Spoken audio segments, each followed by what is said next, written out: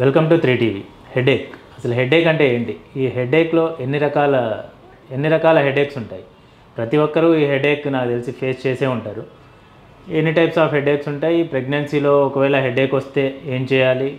ఈ హెడేక్లో ఎలాంటి treatment options ఉన్నాయి? వీటన్నిటి గురించి ఈరోజు మనం డాక్టర్ వినోద్ కుమార్ గారిని అడిగి తెలుసుకుందాం. సో హెడేక్స్ అనేది చాలా రకాలు ఉంటుంది. దాంట్లో ప్రధానంగా 2 టైప్స్ ఉంటాయండి. ఒకటి ప్రైమరీ హెడేక్, సెకండరీ హెడేక్. అంటే ప్రైమరీ హెడేక్ అంటే మనం బ్రెయిన్ స్కాన్ తీసినప్పుడు ఎలాంటి ప్రాబ్లం అనేది మనం ఐడెంటిఫై చేయలేము. ఓకే, దాన్ని ప్రైమరీ హెడేక్ అంటాం. దీంట్లో మోస్ట్ కామన్గా చూసేది టెన్షన్ టైప్ హెడేక్.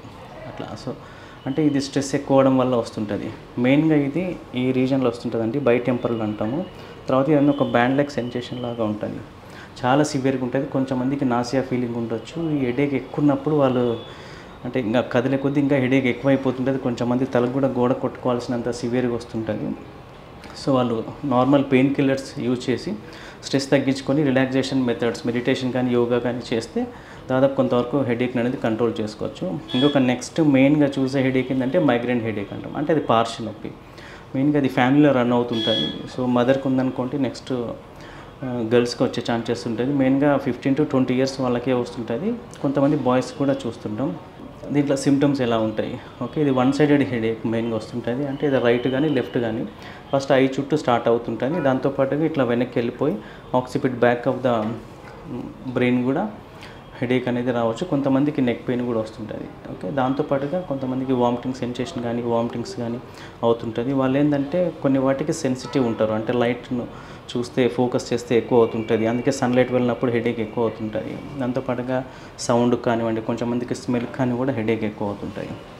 దీంట్లో ఏంటంటే కొన్ని ట్రిగ్గర్స్ ఉంటాయి, అంటే ప్రేరేపించేవి కొన్ని రకాల ఫుడ్ ఐటమ్స్. ఓకే, చీజ్ కానివ్వండి, ఓకే, ఆల్కహాల్, స్మోకింగ్, అంటే ఫెర్మెంటెడ్ ఫుడ్స్ అంటే ఎన్నటి ఉడకబెట్టిన ఈరోజు తిన్నప్పుడు కానీ, తర్వాత స్లీప్ డిస్టర్బెన్స్ అయినప్పుడు, స్ట్రెస్ పడ్డప్పుడు, ఫుడ్ స్కిప్ చేసినప్పుడు, వీటిని అన్నిటిని ట్రిగ్గర్స్ అంటాం. దీనివల్ల హెడేక్ అనేది ఎక్కువ అవుతుంటుంది.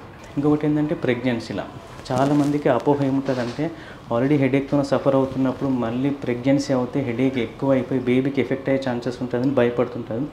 యాక్చువల్గా మైగ్రేన్లో ప్రెగ్నెన్సీ ఈజ్ ఏ ప్రొటెక్టివ్ అట్లా. సో వాళ్ళకు చాలా వరకు హెడేక్ ఇంటెన్సిటీ కానీ ఫ్రీక్వెన్సీ కానీ చాలా వరకు తగ్గే ఉంటుంది మైగ్రేన్ హెడేక్లో.